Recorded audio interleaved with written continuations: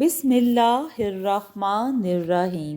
السلام علیکم دوستو، آج میں آپ کے لیے دیا جلائے رکھنا ناول کا 5واں حصہ لے کر آئی ہوں، لیکن یہ کہانی شروع کرنے سے پہلے آپ سے درخواست ہے، اگر آپ میرے چینل پر نئے ہیں یا ابھی تک آپ نے میرا چینل سبسکرائب نہیں کیا تو اسے سبسکرائب کر لیجئے اور بیل آئیکن کو آل پہ کر لیں تاکہ دلچسپ اور بہترین کہانیوں کا جو یہ سلسلہ ہے بر وقت آپ کو ملتا رہے۔ عاطف نے ٹالنے کے خیال سے کہا، وہ کیسے کہتا کہ نیلم کے خیال و تصور نے اسے پاگل کیا ہوا ہے؟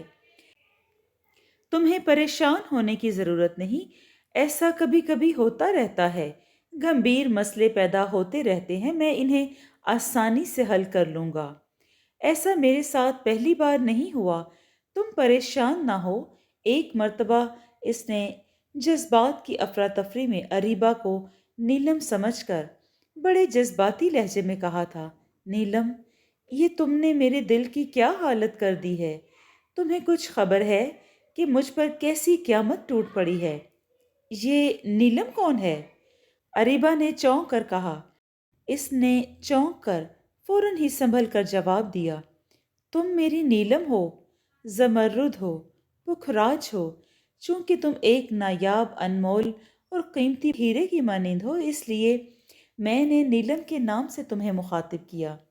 کل تمہیں زمرد اور پکھراج بھی کہہ سکتا ہوں، اس لیے کہ ان محبت کے لمحات میں تم بہت حسین دکھائی دیتی ہو۔ محبت کی ماری اریبہ نے اس کی بات کا یقین کر لیا تھا۔ عاطف نے اطمینان کا سانس لیا کہ بات بن گئی۔ وہ اس دن سے بہت محتاط ہو گیا تھا، یوں بھی اریبہ کو اس کی خبر نہیں تھی اور نہ ہی اس نے اریبہ کو نیلم کے بارے میں بتایا تھا۔ وہ سوچتا تھا کہ جس روز نیلم کا ڈرامہ قیامت سٹیج ہوگا، وہ کسی بہانے ڈرامہ اکیلا ہی دیکھ آئے گا۔ ایک ایک دن کا لمحہ نیلم کو قریب سے دیکھنے کے لیے ترس ترس کر گزار رہا تھا۔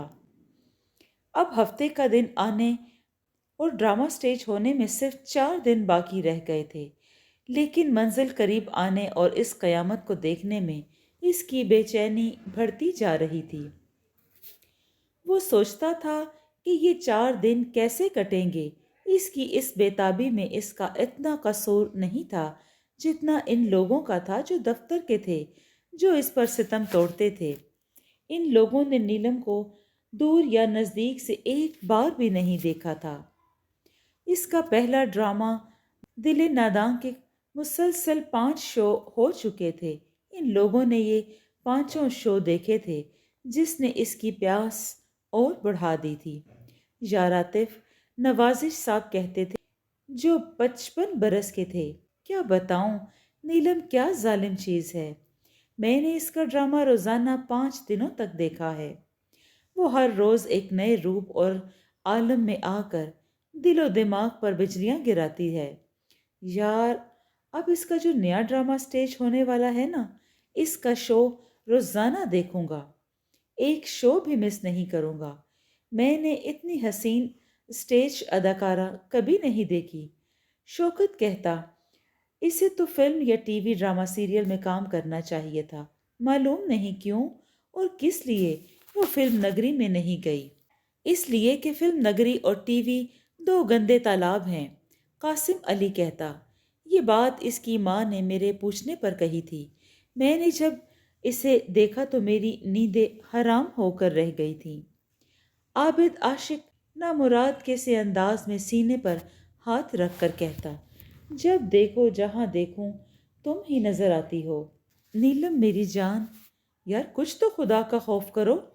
سرفراز کہتا، تمہاری شادی کو ابھی صرف 7 ماہ تو ہوئے ہیں اور تم ہو کہ ایک غیر عورت کا دم بھر رہے ہو، کیا تمہیں زیب دیتا ہے؟ کہیں ایسا نہ ہو کہ تمہاری اسی عاشقی سے ناراض ہو کر بھابھی میکے چلی جائے۔ وہ غریب بھی کیا سوچتی ہوگی کہ میرا شوہر بھی کیسا آوارہ ہے، غیر عورتوں پر نظر رکھتا ہے۔ اس سے میری 2-3 بار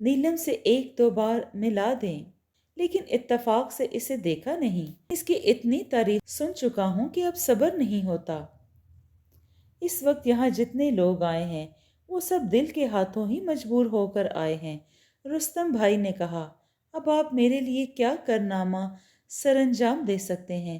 عاطف بولا، میں تو رستم زماں سمجھتا ہوں۔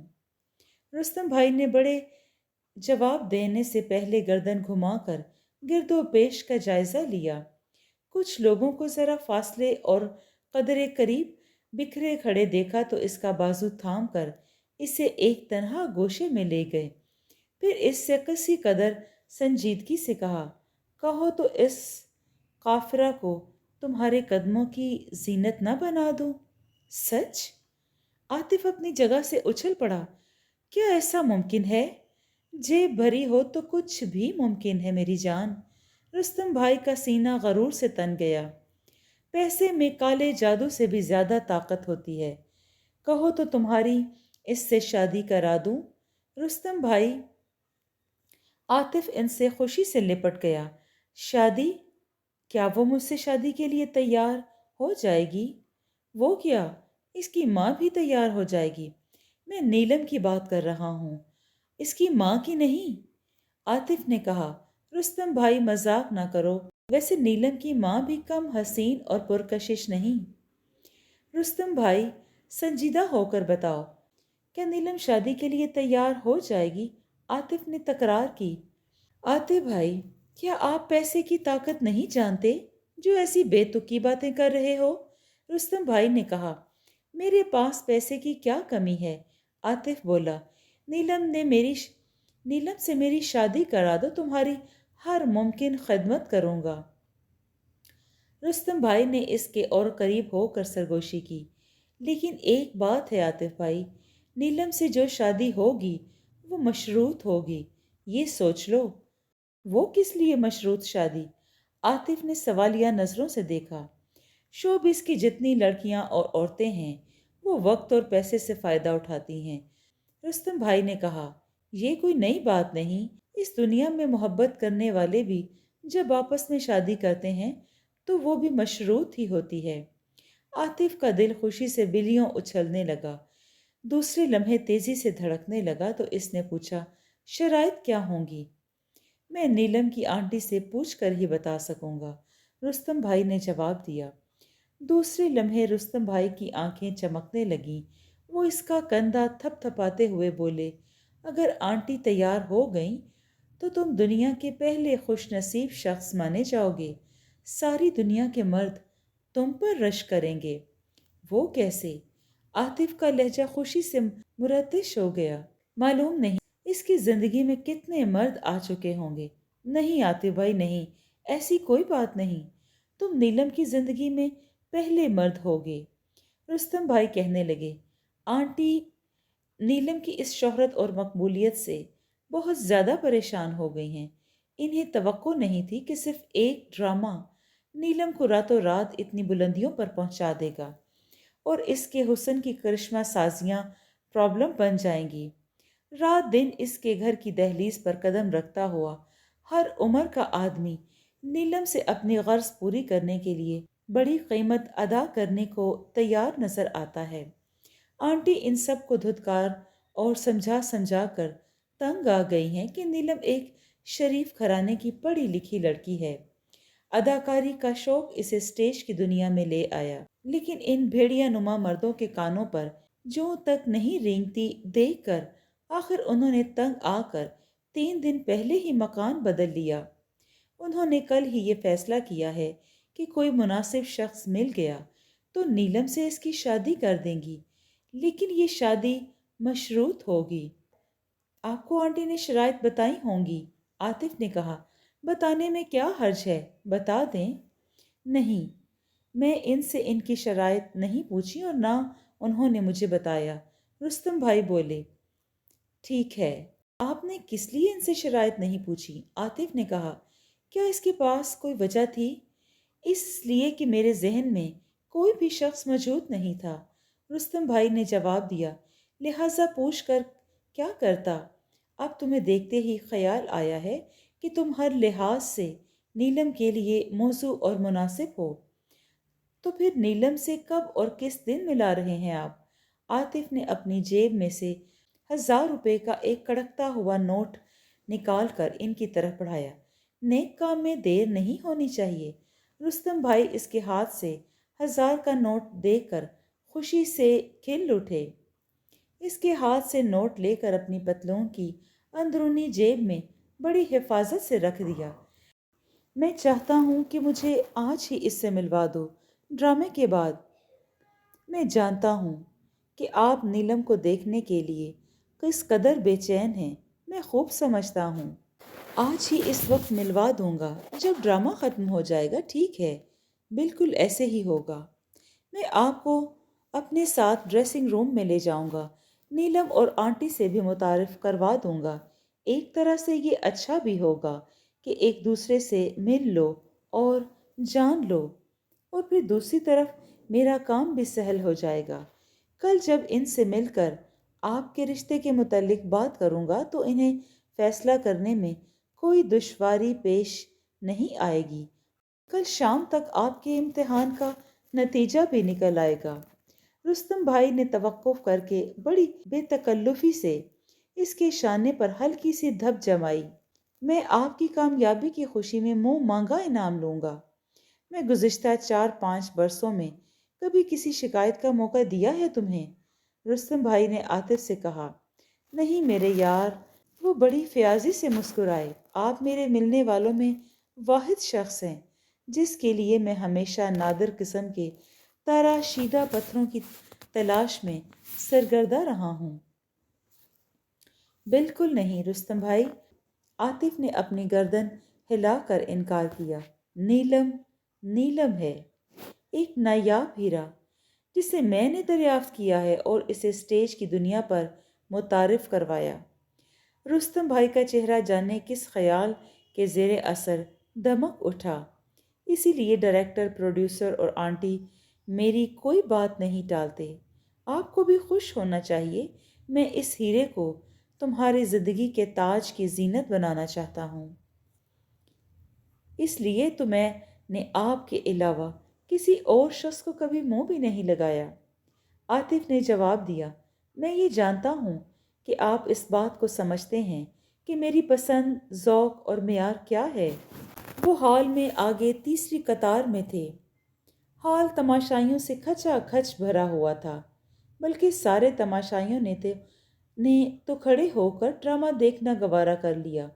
عجیب سا طوفان بدتمیزی برپا تھا۔ جلد سے جلد پردہ اٹھے ان کی نگاہیں بے چینی سے ڈرامہ شروع ہونے کی منتظر تھیں۔ وہ نیلم کی جھلک اور صورت دیکھنے کے لیے بے چین اور تڑپ رہے تھے۔ عاطف کو اس وقت نیلم کی شہرت اور مقبولیت کا اس قدر شدید احساس ہوا تو وہ دل ہی دل میں بڑا حیران ہو رہا تھا۔ نیلم کو دیکھنے کی خواہش ہر لمحہ اس قدر شدت اختیار کرتی جا رہی تھی کہ ہر ساتھ پر محشر کی گھڑی کا گمان ہو رہا تھا۔ تماشائی جو بے قابو ہو رہے تھے، ان کے شور و غل سے کان بڑی آواز سنائی نہیں دے رہی تھی۔ اس نے کبھی کہیں ایسی بدنظمی نہیں دیکھی تھی۔ عاطف بار بار پیچھے پلٹ کر دیکھ لیتا تھا۔ پھر اس نے رستم بھائی کا کندھا ہلاتے ہوئے کہا، رستم بھائی، یہ حال تو مچھلی بازار بن گیا ہے۔ ڈرامہ اور نیلم دیکھنے میں خاک لطف آئے گا۔ رستم بھائی اس کی بات سن کر ہنسنے لگے، پھر وہ قدرے شوخی کے انداز میں کہنے لگے، تم دیکھ لینا، جیسے ہی پردہ اٹھے گا سب کو سانپ سونگھ جائے گا۔ پھر ایسا ہی ہوا کہ رستم بھائی نے جو اس سے کہا تھا وہ غلط نہ تھا، سچ میں ثابت ہوا تھا۔ جیسے ہی سٹیج پر اعلان ہوا کہ ڈرامہ شروع ہونے والا ہے، شور و غل نے دم توڑنا شروع کر دیا۔ لوگ دم بخود ہوتے جا رہے تھے۔ گہرا سناٹا طاری ہونے لگا۔ جب ہی وہ دکھائی نہیں دی، ہر کوئی بے تابانہ اس کا منتظر دکھائی دیتا تھا۔ عاطف کے سینے میں دل بے حس و حرکت دھڑکنا بھول گیا تھا۔ وہ اپنے منتشر حواس کو قابو کرنے کے لیے جدوجہد کرنے لگا، لیکن نہیں کر سکا۔ رستم بھائی اس کی اضطراری کیفیت کو دیکھ دیکھ کر لطف اندوز ہو رہے تھے۔ اسٹیج پر کوسے قضا بکھر گئی۔ اسٹیج پر نیلم سبق خرامی سے چلتی ہوئی نمودار ہوئی تو سارا اسٹیج تالیوں کے خراج سے گونج اٹھا، جو ایک طرح سے نیلم کے حسن کا نذرانہ تھا۔ اس کے دیوانوں کا وہ کھنکتی گنگناتی اپنا دلکش سراپا لپکاتی ہوئی آئی تھی۔ جب وہ ہیرو سے مخاطب ہوئی تو ہال میں ایک گہرا سناٹا طاری ہو گیا۔ کہیں کہیں سے سرگوشیوں کی بھنبھناہٹ ہوتی رہی تھی۔ عاطف نے اپنی ساکت پلکوں اور منجمد نظروں سے اس نوخیز نوجوان اور حسن کے رنگین گلدستے کو دیکھا تو دیکھتا ہی رہ گیا۔ رستم بھائی نے اس سے سچ ہی کہا تھا کہ وہ ایک نادر تراشیدہ پتھر کی مانند ہے۔ ایک بار اس کی نگاہ نیلم کی سراپا پر کیا پڑی کہ وہ روب حسن سے گنگ ہو گیا۔ اس نے محسوس کیا کہ اس کے اطراف میں موجود لوگوں کے دل دھڑکنا بھول گئے اور وہ پتھر کی صورت بن گئے۔ ڈرامہ کیا تھا؟ اس کی کہانی کیا تھی؟ اسے کچھ خبر نہ رہی اور نہ ہی اس نے اس میں کوئی دلچسپی لی، کیونکہ وہ ڈرامہ دیکھنے نہیں بلکہ صرف اور صرف نیلم دیکھنے آیا ہوا تھا۔ اس نے ہر لمحے اپنی نگاہیں صرف نیلم پر مرکوز رکھی تھیں۔